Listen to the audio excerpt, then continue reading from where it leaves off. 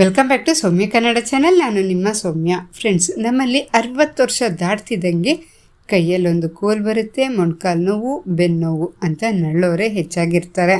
ಆದರೆ ಜಪಾನ್ ದೇಶದಲ್ಲಿ 90 ವರ್ಷದ ಅಜ್ಜ ಅಜ್ಜಿಯರು ಕೂಡ ಇವತ್ತು ಕೂಡ ಯುವಕರಂತೆ ಅವರು ಓಡಾಡ್ತಾರೆ. ಅವರಿಗೆ ಬೆನ್ನು ಬಗ್ಗೋದಿಲ್ಲ, ಹಾಗೆಯೇ ಮೊಣಕಾಲು ನೋವು ಅವರಿಗೆ ಕಾಡೋದಿಲ್ಲ. ಅವರು ಯಾಕೆ ಅಷ್ಟೊಂದು ಫಿಟ್ ಆಗಿರ್ತಾರೆ? ಅದಕ್ಕೆ ಕಾರಣ ಅವ್ರು ಮಾಡೋ ಜಿಮ್ ಅಲ್ಲ ಅಥವಾ ದುಬಾರಿ ಡಯಟ್ ಅಲ್ಲ, ಅವರ ದೈನಂದಿನ ಜೀವನದ 3 ಸರಳ ಗುಟ್ಟುಗಳು. ಇವತ್ತು ನಮ್ಮ ಸೌಮ್ಯ ಕನ್ನಡ ಚಾನಲ್ನಲ್ಲಿ ನಿಮ್ಮ ಆಯಸ್ಸನ್ನು ಹೆಚ್ಚಿಸಿ ವೃದ್ಧಾಪ್ಯದಲ್ಲೂ ನಿಮ್ಮನ್ನು ಗಟ್ಟಿಮುಟ್ಟಾಗಿ ಇರಿಸೋ ಆ 3 ಜಪಾನಿ ಸೀಕ್ರೆಟ್ ಬಗ್ಗೆ ನಾನು ತಿಳಿಸ್ಕೊಡ್ತಾ ಇದ್ದೀನಿ. ಅದರಲ್ಲೂ 3ನೇ ರಹಸ್ಯ ಇದೆಯಲ್ಲ, ಅದು ನೀವು ದಿನ ಮಾಡೋ ಕೆಲಸನೇ. ಆದರೆ ಅದನ್ನು ನೀವು ಸ್ವಲ್ಪ ಬದಲಾಯಿಸ್ಕೊಂಡ್ರೆ ಸಾಕು, ನಿಮ್ಮ ಬೆನ್ನೋವು ಮಂತ್ರ ಮಾಡಿದಂತೆ ಮಾಯ ಆಗತ್ತೆ. ಈ ವಿಡಿಯೋವನ್ನು ನೀವು ಕೊನೆವರೆಗೂ ಮಿಸ್ ಮಾಡದೆ ನೋಡಿ. ಮೊದಲನೇದು ಬಂದ್ಬಿಟ್ಟು ಶಿಕೋದಾಚಿ. ಇದನ್ನು ಸುಮೋ ರೆಸಲರ್ಸ್ ನಿಲ್ಲು ಭಂಗಿ ಅಂತಲೂ ಸಹ ಕರೀತಾರೆ. ಒಂದು ಮನೆ ಎಷ್ಟು ಕಾಲ ಬಾಳಿಕೆ ಬರಬೇಕು ಅನ್ನೋದು ಅದರ ತಳಪಾಯದ ಮೇಲೆ ನಿರ್ಧಾರ ಆಗುತ್ತೆ ಅಲ್ವಾ?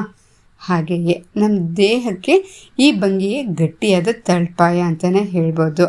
ಹಾಗಾದರೆ ಇದನ್ನು ಹೇಗೆ ಮಾಡಬೇಕು? 2 ಕಾಲುಗಳನ್ನ ಭುಜದ ಅಳತೆಗಿಂತ ಸ್ವಲ್ಪ ಜಾಸ್ತಿ ಅಗಲವಾಗಿ ಇರಿಸಿ, ಪಾದಗಳು ಹೊರಮುಖವಾಗಿರಲಿ. ಈಗ ಗಾಳಿಯಲ್ಲಿ ಒಂದು ಕುರ್ಚಿ ಇದೆ ಅಂತ ಭಾವಿಸಿ ಅದರ ಮೇಲೆ ನೀವು ಕೂತ್ಕೊಳ್ಳುವಂತೆ ನಿಧಾನವಾಗಿ ಕೆಳಗೆ ಬಗ್ಗಬೇಕು. ಈ ಥರ ಮಾಡೋದ್ರಿಂದ ಏನು ಪ್ರಯೋಜನ ಅಂದರೆ, ನಮ್ಮ ದೇಹದ ಅತಿ ದೊಡ್ಡ ಸ್ನಾಯುಗಳು ಇರೋದೇ ನಮ್ಮ ಕಾಲುಗಳಲ್ಲಿ.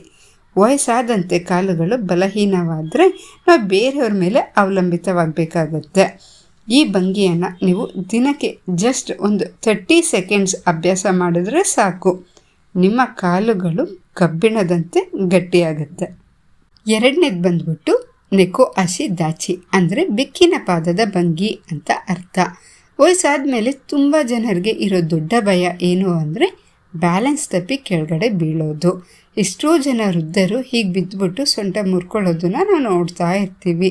ಹಾಗಾದರೆ ಈ ಬೆಕ್ಕಿನ ಪಾದದ ಭಂಗಿಯನ್ನು ಹೇಗೆ ಮಾಡೋದು? ನೀವು ಒಂದು ಕಾಲನ್ನು ಮುಂದೆ ಇರಿಸಿ, ಕೇವಲ ಪಾದದ ಮುಂದಿನ ಭಾಗ ಅಂದರೆ ಟೋಸ್, ಹೆಬ್ಬೆರಳಿರುತ್ತಲ್ಲ, ಕಾಲಿನ ಹೆಬ್ಬೆರಳು, ಅದರ ಮೇಲೆ ನೀವು ಭಾರ ಹಾಕಿ ನಿಲ್ಲಬೇಕಾಗತ್ತೆ. ನಿಮ್ಮ ದೇಹದ 70% ಅಷ್ಟು ತೂಕ ಹಿಂದಿನ ಕಾಲಿನ ಮೇಲಿರಬೇಕಾಗತ್ತೆ. ಈ ಥರ ಬೆಕ್ಕಿನ ಪಾದದ ಭಂಗಿಯನ್ನು ಮಾಡೋದ್ರಿಂದ ಆಗೋ ಪ್ರಯೋಜನ ಏನು ಅಂದರೆ, ಇದು ನಿಮ್ಮ ಮೆದುಳು ಮತ್ತು ಕಾಲುಗಳ ನಡುವೆ ಒಂದು ಅದ್ಭುತವಾದ ಬ್ಯಾಲೆನ್ಸನ್ನು ಸೃಷ್ಟಿಸುತ್ತೆ. ಬೆಕ್ಕು ಎಷ್ಟು ಎತ್ತರದಿಂದ ಜಿಗಿದ್ರೂ ಅದು ಹೇಗೆ ಬ್ಯಾಲೆನ್ಸ್ ತಪ್ಪದೆ ನಿಲ್ಲುತ್ತೋ ಹಾಗೆಯೇ ನಿಮ್ಮ ದೇಹ ಕೂಡ ಅಷ್ಟೇ ಸಮತೋಲನವನ್ನು ಪಡೆಯುತ್ತೆ. ಇದನ್ನು ನೀವು 30 ಸೆಕೆಂಡ್ ದಿನಕ್ಕೆ 2 ಕಡೆ ನೀವು ಪ್ರಯತ್ನಿಸಿ ನೋಡಿ. ಇನ್ನು 3ನೇದು ಬಂದ್ಬಿಟ್ಟು ದಿ ಮೋಸ್ಟ್ ಇಂಪಾರ್ಟೆಂಟ್ ಸಿಜಾ. ನಾವು ದಿನ ಕೂತ್ಕೊತೀವಿ ಅಲ್ಲ, ಆದರೆ 90% ಅಷ್ಟು ಜನ ತಪ್ಪು ಭಂಗಿಯಲ್ಲಿ ಕೂತ್ಕೊತೀವಿ. ಅದಕ್ಕೆ ಇವತ್ತು IT ಉದ್ಯೋಗಿಗಳಿಂದ ಹಿಡಿದು ರೈತರವರೆಗೆ ಎಲ್ಲರಿಗೂ ಬೆನ್ನೋವು ಅನ್ನೋದು ಕಾಮನ್ ಆಗಿದೆ. ಈ ಸಿಜಾನ ಹಾಗಿದ್ರೆ ಹೇಗೆ ಮಾಡೋದು? ನೆಲದ ಮೇಲೆ ಮೊಣಕಾಲು ಊರಿ ಕೂತ್ಕೊಳ್ಳಿ, ಪಾದಗಳನ್ನ ಹಿಂದಕ್ಕೆ ಮಡಚಿ, ಇಮ್ಮಡಿಗಳ ಮೇಲೆ ನಿಧಾನವಾಗಿ ಕೂತ್ಕೊಬೇಕು. ನಿಮ್ಮ ಬೆನ್ನೆಲುಬು ಅಂದರೆ ಸ್ಪೈನ್ ನೇರವಾಗಿರಲಿ.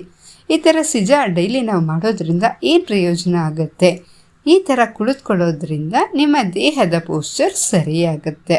ವಿಶೇಷವಾಗಿ ಊಟದ ಮೇಲೆ ಜಸ್ಟ್ 1 ನಿಮಿಷ ಈ ಥರ ಕೂತ್ಕೊಂಡ್ರೆ ನಿಮ್ಮ ಜೀರ್ಣಕ್ರಿಯೆ ಅದ್ಭುತವಾಗಿ ನಡೆಯುತ್ತೆ. ಗಂಟೆಗಟ್ಟಲೆ ಕಂಪ್ಯೂಟರ್ ಮುಂದೆ ನೀವು ಕೂತು ಬಗ್ಗಿರೋ ನಿಮ್ಮ ಬೆನ್ನಿಗೆ ಇದು ಅದ್ಭುತ ರಿಲೀಫ್ ನೀಡುತ್ತೆ. ಈ 3 ಕೆಲಸಗಳನ್ನ ನಮಗೆ ಮಾಡೋಕ್ಕೆ ದಿನಕ್ಕೆ ಒಂದು 5 ನಿಮಿಷ ಕೂಡ ಬೇಕಾಗಿಲ್ಲ.